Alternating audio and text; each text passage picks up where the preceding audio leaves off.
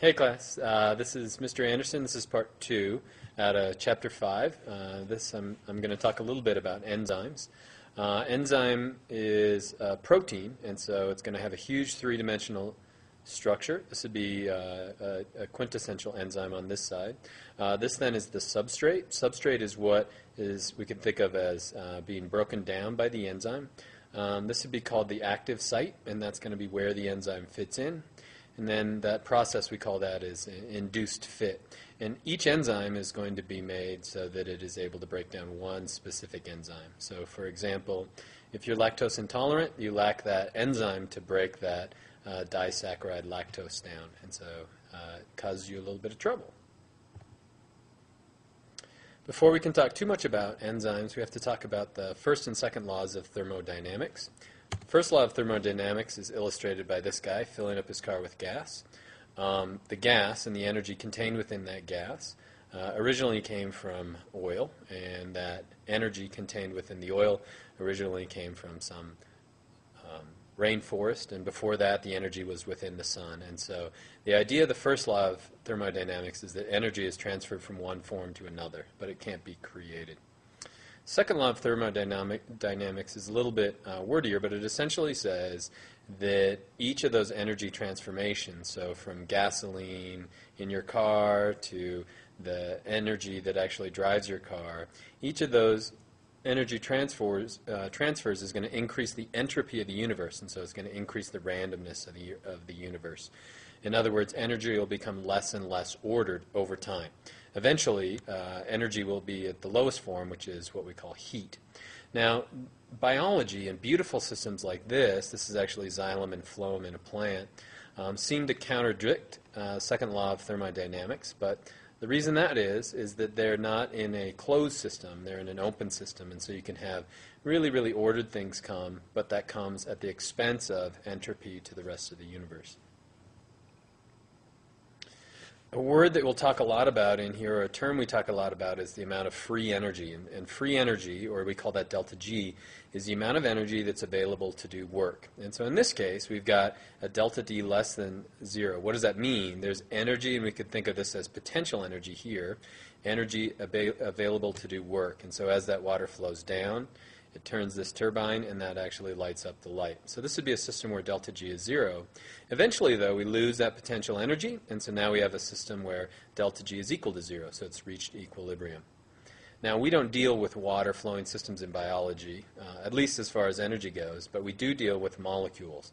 And so when we break down molecules, there's a certain amount of energy contained within each of those. And so in the next two chapters, when we talk about respiration and photosynthesis, that's what we're talking about. We're either getting energy out of the system, in other words, delta G is less than 0, example, respiration, or we've got a system where we actually put energy into the system. And so an example of that would be photosynthesis.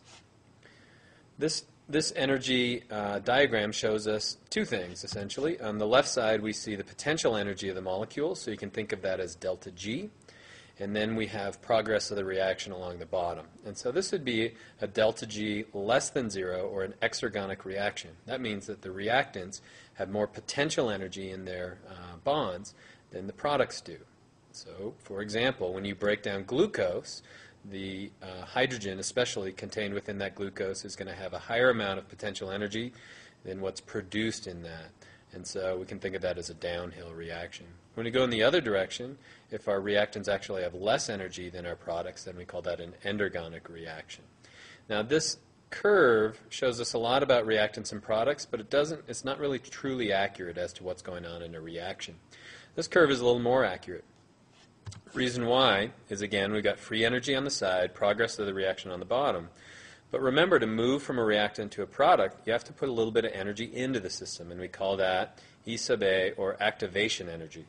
So what are we doing when we do that? Well, when you increase the activation energy, you're actually stressing those bonds in that substrate, and so eventually they can break down spontaneously into the products.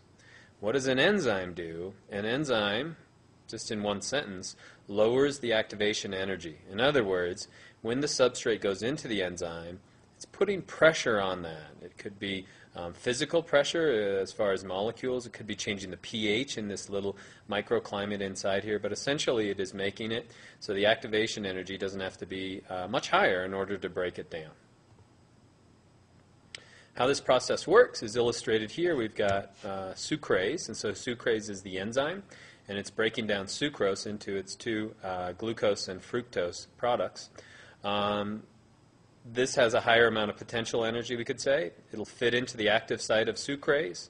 You can see this since we're adding a water. This is hydrolysis taking place, so we're actually using that water to break that bond between the two. And then the cycle begins again. Now, if you watch, as we go around in a circle, that enzyme never changes form. So it's not a part, we wouldn't say, of the reaction. It just facilitates that reaction by lowering the activation energy.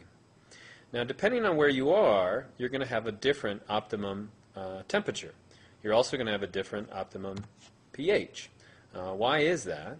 Well, if we're looking at a human body, for example, so this is optimal temperature for a human enzyme, this is going to be a peak at about 37 degrees Celsius, and so that's going to be normal body temperature.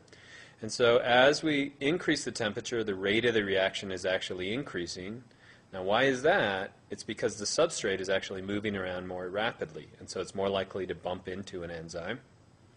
Eventually, we meet that optimum temperature where the molecular motion is great, but we haven't really gone over this limit. What happens as we go across this limit is the enzyme is going to denature, and so it's going to unfold. And when it does that, it's not able to break down that substrate as readily.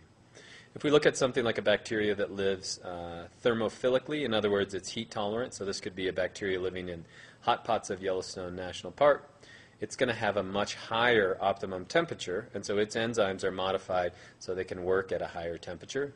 But again, if you look way down here at normal body temperature, it wouldn't be efficient at all. Even as we get higher and higher and higher, eventually that is going to denature. These are a couple of enzymes that we use in our digestive system, and you can see that they're going to have an optimum pH. This is going to be actually used in the stomach, so it's going to have an optimum pH of 2. And this is going to be used in the small intestine, so it has an optimum pH of 8, where it's more basic. And so every enzyme is modified, and we could think of that through natural selection to fill its specific niche. Hope that